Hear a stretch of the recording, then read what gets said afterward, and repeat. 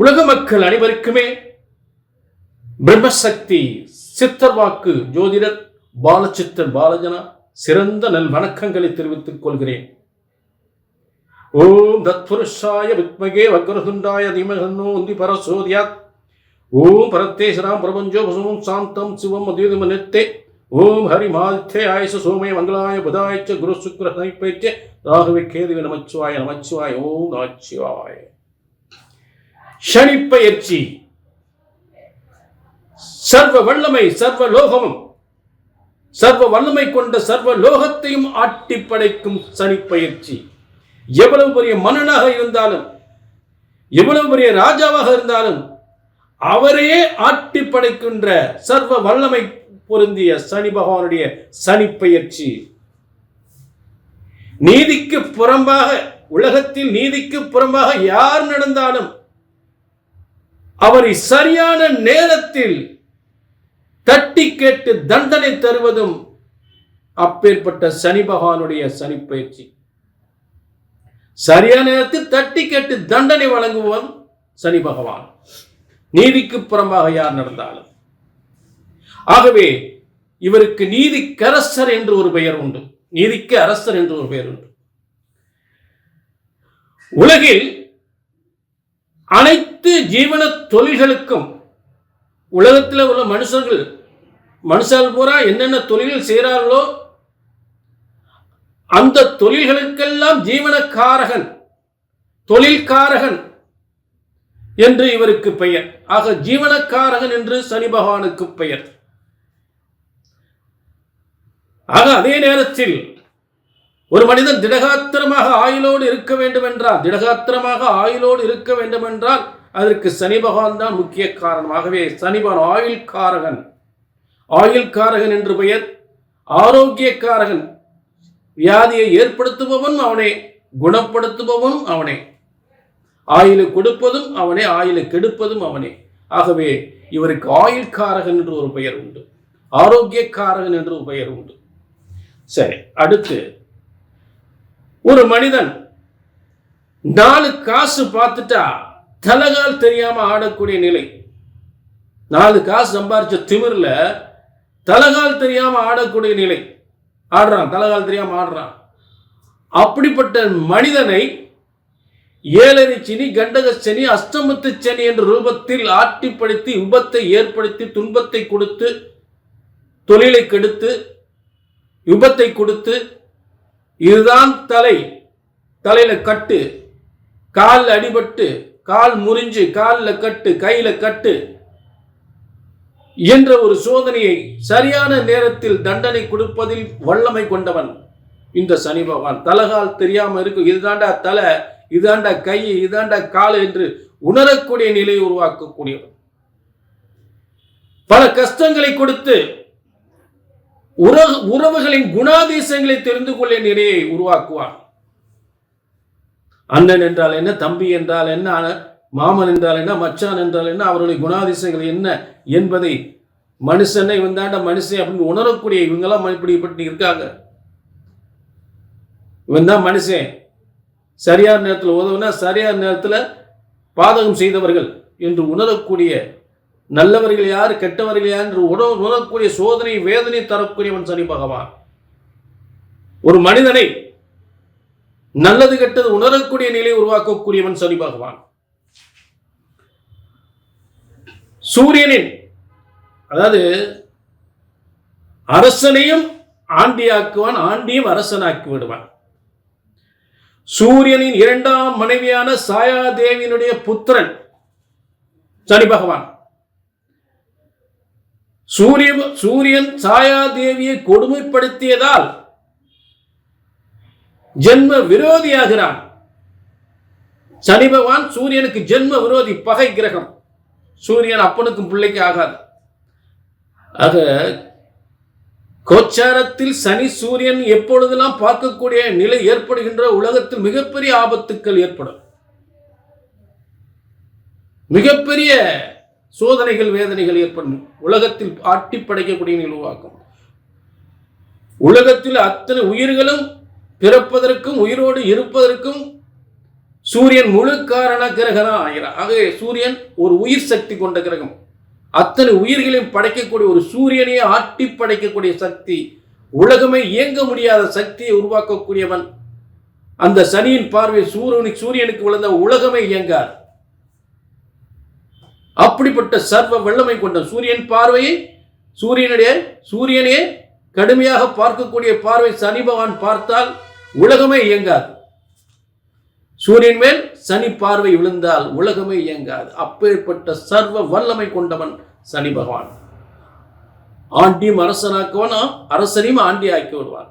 அப்பேற்பட்ட சனி பகவானுடைய பெயர்ச்சி யாருக்கெல்லாம் என்னென்ன யோகங்களை தரப்போகின்றார், யாருக்கெல்லாம் அஷ்டமத்தை சனி, ஏழரை சனி, கண்டக சனியை தரப்போகின்றார், யாருக்கெல்லாம் என்ன எதிரை கொட்டி தரப்போகின்றார், யாரெல்லாம் தட்டி கேட்கப் போகிறார் என்பதை தெளிவாக பார்க்கலாம்.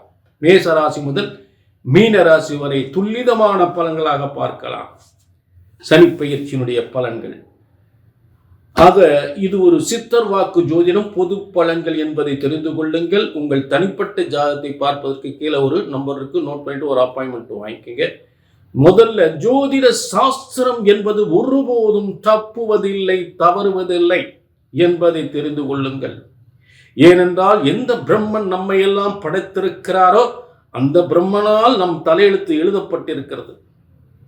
அதுதான் பிரம்மன் எழுதிய பிரம்ம வேத ஜோதிட சாஸ்திரம்.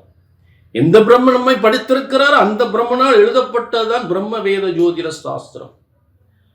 அந்த பிரம்ம வேத ஜோதிட சாஸ்திரம் முறைப்படிதான் உங்கள் ஜாதகம் கணிக்கப்படுகின்றது. ஒரு ஜோதிடத்தின் பலன் சொன்னது நடக்கவில்லை என்றால் ஒன்று உங்கள் ஜாதகம் தான் தவறாக இருக்க வேண்டும், இல்லை என்றால் ஜோதிடர் நான் தவறாக இருக்க வேண்டும். இந்த இரண்டு காரணங்கள் மட்டும்தான். புரிஞ்சுட்டீங்களா?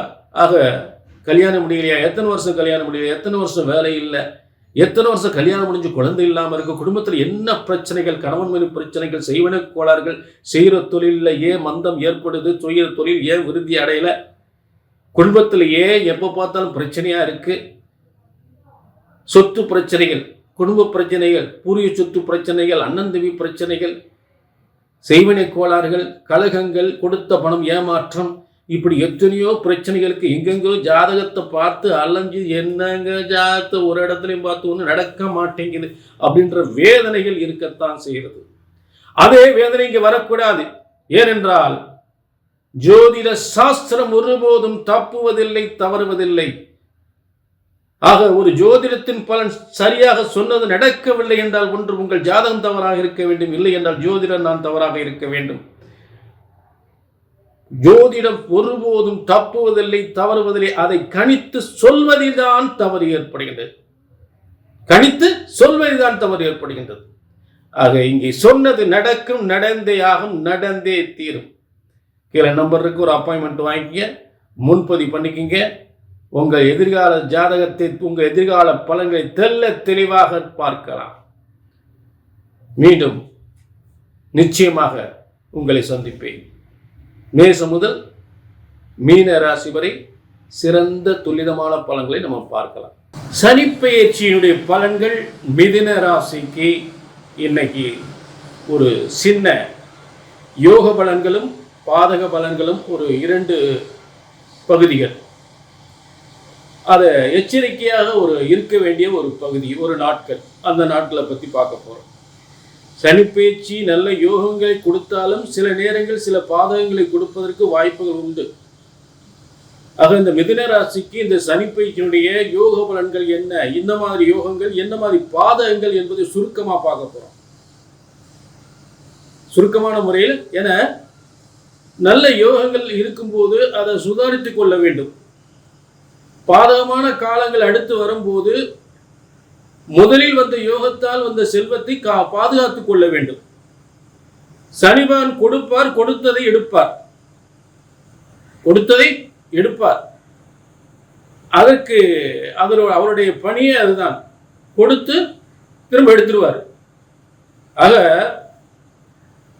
மிதுன ராசிக்கு 10ஆம் இடத்தில் இருக்கக்கூடிய சனி பகவான் திடீர் அதிர்ஷ்ட யோகத்தை, செல்வ யோகத்தை சுக்கிரனோடு இருக்கும் பொழுது,